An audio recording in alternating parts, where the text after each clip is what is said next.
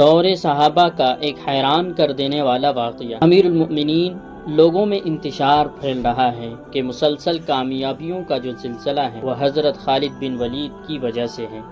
مذکورہ بات ایک صحابی نے حضرت عمر رضی اللہ تعالیٰ عنہ سے کہی۔ حضرت عمر رضی اللہ عنہ یہ سن کر خاموش ہو گئے اور پھر ایک خط لکھ کر ایک صحابی کو دیا۔ قاصد وہ خط لے کر یرموک روانہ ہوا۔ خط خالد بن ولید کے پاس پہنچا۔ انہوں نے کھول کر دیکھا، آپ یعنی خالد بن ولید جو اس لشکر کے کمانڈر اور ان چیف تھے، آپ کو اس پوسٹ سے ہٹا دیا جاتا ہے اور جو خط لے کر آیا ہے اس کو نیا کمانڈر ان چیف بنایا جاتا ہے۔ آپ چاہیں تو لشکر میں ایک عام سپاہی کی طرح رہ سکتے ہیں اور اگر چاہیں تو مدینے میں میرے پاس آ سکتے ہیں۔ حضرت خالد بن ولید واپس نہیں گئے بلکہ ایک عام سپاہی کی طرح اسلامی لشکر کے ساتھ مل کر لڑنا قبول کیا۔